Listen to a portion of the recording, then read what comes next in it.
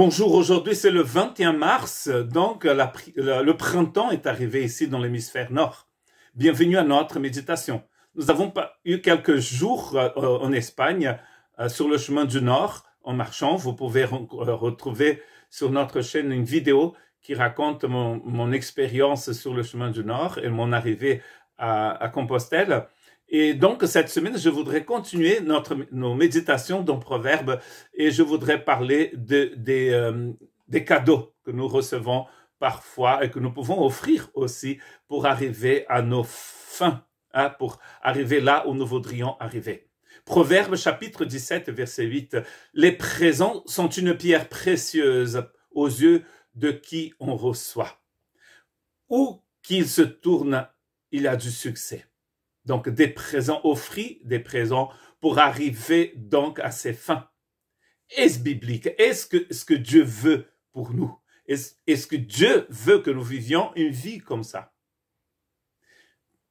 Vous allez voir que ce sujet est aussi ancien que l'humanité, car ces textes de Salomon ont à peu près 3000 ans. Écoutez ce que dit Salomon dans Proverbe 17, verset 23. Le méchant accepte en secret des présents pour pervertir les voies de la justice, n'est-ce pas?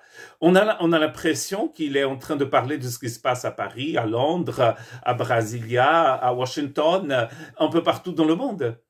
On offre des présents pour détourner, pour pervertir les voies de la justice. C'est vraiment d'actualité.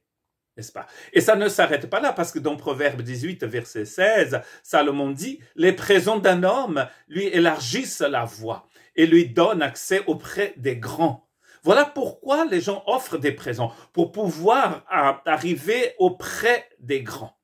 Et c'est à tous les niveaux. On dit souvent dans mon pays d'origine, le Brésil, que la corruption, elle est présente à tous les niveaux chez nous. Pas seulement à Brasilia, la capitale. Et la capitale du Brésil, c'est Paris, c'est Brasilia. Pas seulement là-haut, au Parlement brésilien, mais dans la vie de tous les jours, au niveau des États, mais au niveau aussi des familles, et même à l'Église. Car le problème n'est pas seulement avec des politiciens, le problème est dans le cœur de l'homme. Voilà pourquoi Dieu nous offre la conversion, c'est un détour, on se détourne d'une voie qui est mauvaise et nous marchons avec le Seigneur. Proverbe 19, verset 6, beaucoup de gens flattent l'homme généreux et tous sont les amis de celui qui fait des présents. Mais oui, et voilà, on est vraiment dans la description de comment le monde fonctionne. C'est tout le contraire du royaume de Dieu. Dieu ne fonctionne pas comme ça. Le souci, c'est que tôt ou tard, ce que nous semons, nous allons cueillir, comme nous avons vu plusieurs fois ici dans nos méditations. Toujours dans Proverbe chapitre 21 et verset 14, un don fait en secret apaise la colère, et un présent fait en cachette calme une fureur violente. Mais jusqu'à quand? C'est la question. Jusqu'à quand? Tôt ou tard, nous allons cueillir ce que nous avons semé. Qu'est-ce que Dieu pense de tout cela? Lisons dans Exode, chapitre 23, verset 8. « Tu ne recevras point de présent. Tu ne recevras point de présent. Car les présents aveuglent ceux qui ont les yeux ouverts et corrompent les paroles des justes. » Vous pouvez voir sans les présents.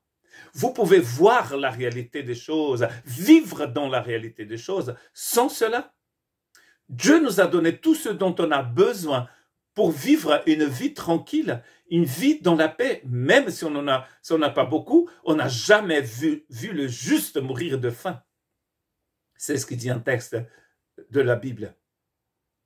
Nous pouvons faire confiance au Seigneur. Nous pouvons faire confiance au Seigneur et nous n'avons pas besoin ni d'offrir ni de recevoir des présents. Le roi Philippe de Macédoine, le père d'Alexandre le Grand, a dit que toute ville peut être prise. Il suffit de venir aux portes de la ville avec un âne rempli d'or.